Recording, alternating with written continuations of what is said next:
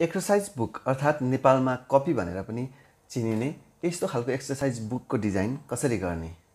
यदि तपाईले पनि यस्तो खालको एक्सरसाइज बुकको डिजाइन कसरी गर्ने भन्ने बारेमा सोच्दै हुनुहुन्छ भने यो भिडियोलाई पुरा हेर्नु होला। म सजिलैसँग कसरी यस्तो एक्सरसाइज बुकको डिजाइन गर्ने भन्ने बारेमा सिकाउन गइरहेको छु। नमस्कार, म प्रजन राई र यहाँलाई स्वागत छ mission top Nepali tech YouTube च्यानलमा। आउनुहोस् ढिलो नगरी भिडियोलाई सुरु गरौँ। सर्वप्रथम म डिजाइन गर्नको लागि मेरो कम्प्युटरमा म यो माइक्रोसफ्ट वर्ड प्रोग्रामलाई ओपन गर्दैछु।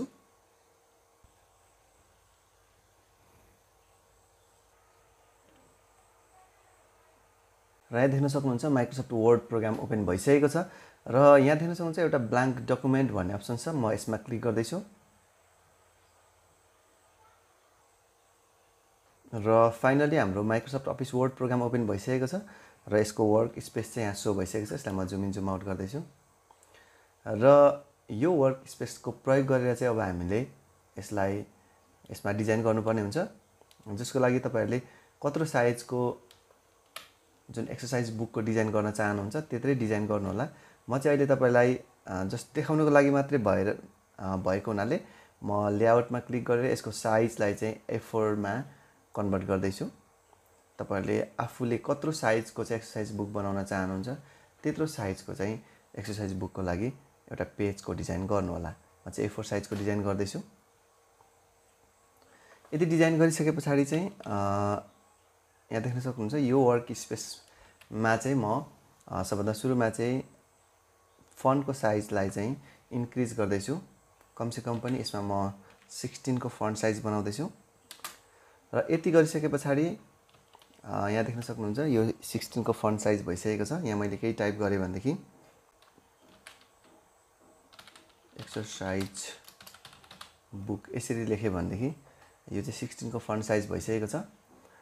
र अब चाहिँ यसको पेजमा चाहिँ म सबभन्दा सुरुमा चाहिँ यसलाई चाहिँ ब्याक स्पेस थिचेर डिलिट गर्दैछु। डिलिट गरिसकेपछि चाहिँ यहाँ देख्न सक्नुहुन्छ इन्सर्ट मेनुमा म ट्याप गर्दैछु। त्यस्तै गरी यही तल देख्न सक्नुहुन्छ टेबल, यो टेबल्स ग्रुपमा टेबलको ड्रप डाउनमा क्लिक गर्दैछु म र यहाँ देख्न सक्नुहुन्छ कतिवटा रो र कोलम राख्ने भन्ने हुन्छ। यहाँ देख्न सक्नुहुन्छ म अहिलेको लागि चाहिँ जम्मा 4 वटा रो एन्ड कोलम, रो र कोलमलाई चाहिँ म चुज गर्दैछु। 4 वटा सेल्सहरु भनेको मतलब 2 वटा कोलम 2 वटा रो।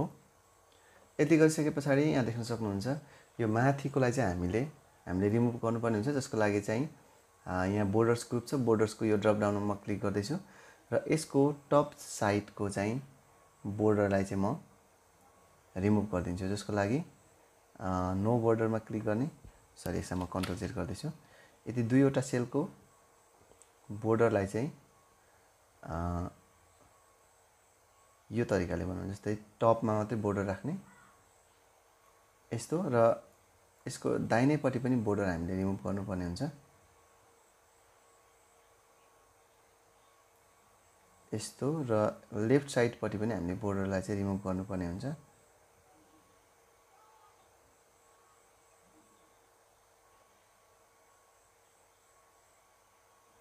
यस्तो र यति गरिसकेपछि यो लाइनलाई चाहिँ हामीले ड्र्याग गरेर यता ल्याउनु पर्ने हुन्छ र यसको एकचोटी म मार्जिनमा जाँदैछु। जस्तै लेआउट ट्याबमा गएर यसको मार्जिनलाई चाहिँ म एकचोटी सबैभन्दा कम अथवा कस्टमाइज गरेर कस्टम मार्जिनमा गएर यसको चाहिँ मार्जिन यो छेउको स्पेसलाई चाहिँ म कम गर्दैछु।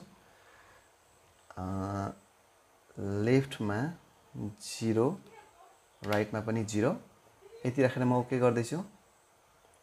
र यति गरिसकेपछि बोर्डरलाई म फेरि यसलाई पनि यतापट्टि लगेर कम्प्लिट गराइदिन्छु र यसलाई यतातिर टच गराइसकेपछि यो लाइनलाई चाहिँ मैले अब कति स्पेस छोड्ने लेफ्ट साइडमा त्यस्तो छोड्नुपर्ने हुन्छ, म यो राख्दैछु। र यति गरिसकेपछि यसको बोर्डरलाई चाहिँ हामीले फेरि टेबल डिजाइन ट्याबमा क्लिक गरेर बोर्डर्स भन्ने ग्रुपभित्र चाहिँ यहाँ एउटा रहेको छ बोर्डर पेन्टर भन्ने, र यसलाई चाहिँ हामीले कुन तरिकाको पेन्ट गर्ने भन्ने हुन्छ, जसको लागि चाहिँ अहिले हामीले लाइनको स्टाइललाई चाहिँ डबल लाइन, दुईवटा लाइन बनाउनु पर्ने हुन्छ यस्तो खालको। र यसलाई चाहिँ बोर्डरलाई चाहिँ ठाडो यसरी ड्र गरेपछि डबल लाइन हुन्छ। र डबल लाइन गर्दै गर्दाखेरि यसको साइज कस्तो राख्ने भन्ने हुन्छ। म यत्रो राख्दैछु अनि बोर्डर पेन्टरले यसरी पेन्ट गर्दैछु। र यति गरिसके पछाडि यसको कलर कस्तो राख्ने, यसको कलरलाई पनि हामीले यहाँबाट चाहिँ आफूले आवश्यकता परेको खालको कलर चाहिँ यहाँबाट यसरी पेन्ट गर्न सकिन्छ बोर्डरलाई। र अरू कलर चाहिँ हामीले पेन्ट नगरिकन हामीले डिजाइनबाट पनि ल्याउन सकिन्छ, जसको लागि चाहिँ यहाँ देख्न सक्नुहुन्छ यस्तो विभिन्न टाइपको कलरहरू पनि लिएर गर्न सकिन्छ। तर अहिले चाहिँ म के गर्दैछु भन्दाखेरि यसलाई पनि मैले पेन्ट गरिसकेँ र यसको बोर्डरको स्टाइललाई म सिंगल लाइन बनाएर फेरि बोर्डर पेन्टरमा गएर यो लाइनहरूलाई पनि यसरी पेन्ट गरिदिन्छु। यति गरिसके पछाडि फाइनली हाम्रो मास्टर जुन र चाहिँ रेडी भइसकेको छ। र यसको फन्टको साइज अलिकति इन्क्रिज गर्ने भनेदेखि कपीको लाइन जुन हाम्रो एक्सर्साइज बुकको लाइन पनि अलिकति इन्क्रिज हुन्छ। मलाई लाग्छ यसलाई चाहिँ हामीले अलिकति बढाउनु पर्ला जस्तो छ, जसको लागि म टेबललाई सिलेक्ट गर्दैछु र फन्टको साइजलाई चाहिँ 20 को फन्ट साइज राखेको छु।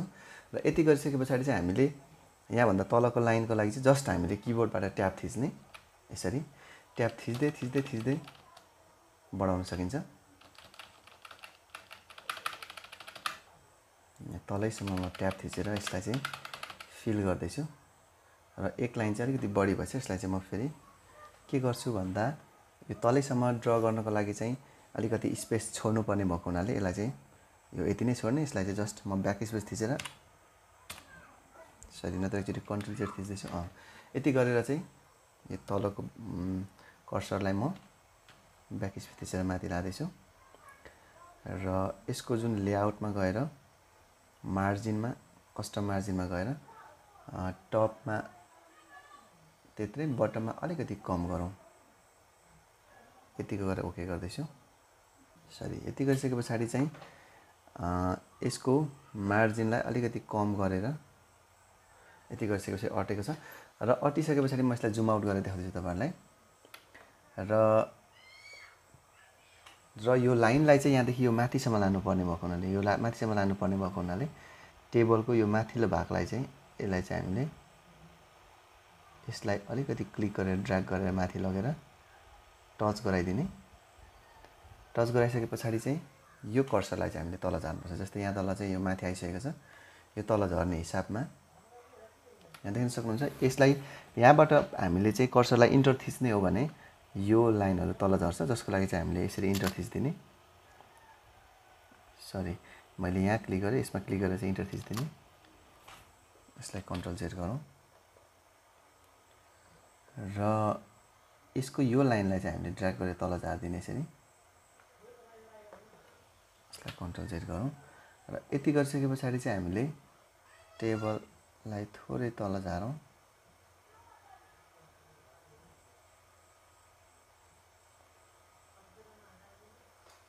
र यति गरिसकेपछि यसलाई चाहिँ हामीले अलिकति इन्टर थिचौँ। इन्टर थिचेपछि अलिकति यतिको स्पेस हुन्छ। र भइसके पछाडि चाहिँ यसलाई हामीले ड्र्याग गरेर ट्याक्कै टच गर्ने। यो माथि आइसकेको छ, फेरि यसलाई पनि म ड्र्याग गरेर माथि निकाल्दैछु। ओके, यो मुभको सिम्बलबाट चाहिँ हामीले टेबललाई मुभ गर्नुपर्ने हुन्छ।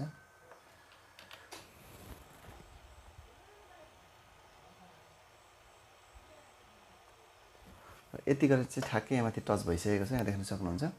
अब यहाँ तलको स्पेसको लागि चाहिँ हामीले अलिकति टेबलको रोहरूलाई डिलिट गर्नुपर्छ, जसको लागि चाहिँ लेआउटमा, यहाँ लेआउट ट्याबमा क्लिक गर्ने र यहाँ देख्न सक्नुहुन्छ रोज एन्ड कोलम्स भन्ने एउटा ग्रुप छ। यो ग्रुपभित्र चाहिँ डिलिट भन्ने एउटा छ टुल्स। डिलिट टेबलमा गएर चाहिँ डिलिट रोजमा क्लिक गरिदिने, फेरि अर्को पटक पनि एउटा रोज डिलिट गरिदिने। र यति गरिसके पछाडि चाहिँ यहाँभन्दा तल अलिकति स्पेस हामीले इन्क्रिज गर्ने यसरी। र यहाँबाट अर्को एउटा रो थप्नु पर्यो भने ट्याब थिच्दिने र यसको अलिकति स्पेस चाहिँ जुन यसको यो मार्जिन छ, यो पेजको मार्जिन, यो मार्जिनलाई तलसम्म जाने होइन भनेदेखि हामीले लेआउट ट्याबमा गएर यसको मार्जिनलाई पनि कस्टम मार्जिनमा गएर फेरि एकपटक चेन्ज गर्नुपर्ने हुन्छ। मार्जिनमा गएर कस्टम मार्जिन ओपन गरेर यसलाई अलिकति कम गरिदिने। यति गरिसकेपछि यहाँ देख्न सक्नुहुन्छ यति स्पेस चाहिँ हामीले छोड्नै पर्ने हुन्छ। र यति छोडिसके पछाडि चाहिँ यति स्पेस छोडिसके पछाडि चाहिँ यसलाई म जुम आउट गरेर देखाउँदैछु। यस्तो रहेको छ हाम्रो फाइनली एक्सर्साइज बुकको चाहिँ डिजाइन रेडी भइसकेको छ। अब यहाँ अलिकति एक दुईवटा कुराहरू लेख्नुपर्ने हुन्छ। जस्तै यहाँनिर चाहिँ म इन्सर्ट ट्याबमा क्लिक गर्दैछु र टेक्स्ट ग्रुपमा गएर टेक्स्ट बक्सलाई चाहिँ म इन्सर्ट गर्दैछु।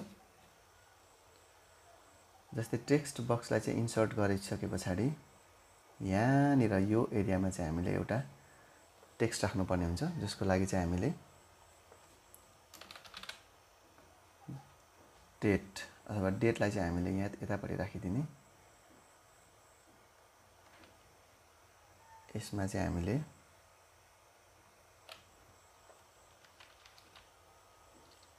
s.n राखिदिने र यसको चाहिँ टेक्स्ट बक्सको जुन यसलाई मैले कन्ट्रोलसँग क्लिक गरेर यसरी डुप्लिकेट गरेको थिएँ, यो जुन तपाईँलाई फेरि म देखाउन चाहन्छु। यसलाई कन्ट्रोलसँग एकपटक फेरि यो टेक्स्ट बक्सलाई चाहिँ हामीले यसरी क्लिक गरिसकेर यसको सेप आउटलाइन चाहिँ हामीले जुन यो चाहिँ सेप फर्मेट ट्याबमा चाहिँ सेप आउटलाइन टुल्स हुन्छ, यहाँबाट चाहिँ हामीले नो आउटलाइन गर्नुपर्ने हुन्छ। नो आउटलाइन गरिसके पछाडि यसको पनि हामीले सेप आउटलाइन चाहिँ रिमुभ गरिदिने, नो आउटलाइन गरिदिने। र यति गरिसके पछाडि चाहिँ हामीले यसलाई के गर्न सकिन्छ भन्दाखेरि यसको चाहिँ स्टाइल चेन्ज गर्न सकिन्छ। जस्तै टेक्स्टको स्टाइल चाहिँ म यहाँबाट तपाईँलाई चेन्ज गरेर देखाउँदैछु। यस्तो खालको स्टाइलिस टेक्स्टहरू चाहिँ हामीले यहाँबाट राख्न सक्छौँ।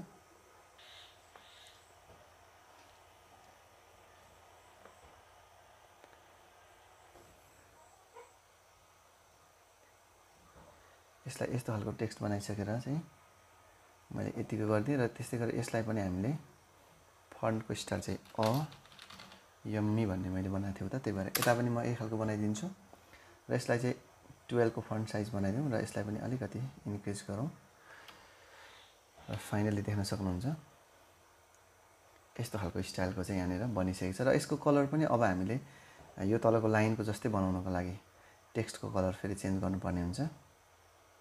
सेम कलर आओस् भन्नको लागि हामीले यस्तै कलर बनाइदिने र यति गरिसके पछाडि चाहिँ अब हामीले यसलाई म कन्ट्रोलसँग स्क्रोलिङ गर्दैछु, जुम आउट गर्दैछु र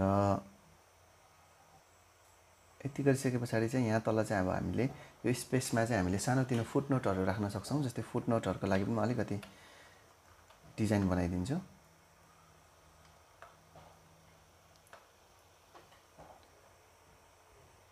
फुटनोट राख्नको लागि यहाँनिर अलिकति एउटा डिजाइन बनाउँछु। फुटनोट बनाइदिउँ। फुटनोटको तलबाट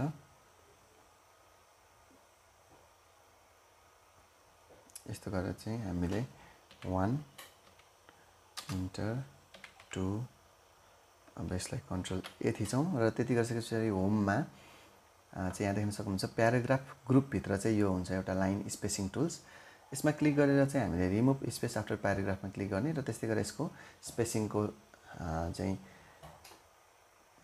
साइज पनि 1.0 बनाइदिने। यति गरिसके पछाडि नजिक हुन्छ र अझै पनि यसलाई इन्टर थिचेर नम्बर 3 सम्म मैले राखिदिएँ। यो कुराहरू चाहिँ यदि आवश्यक परेको अवस्थामा चाहिँ फुटनोटको बारेमा फुटनोटको लागि चाहिँ यसलाई युज गर्न सकिन्छ। यति गरिसके पछाडि अयम्मी नै म राखिदिन्छु यसलाई पनि।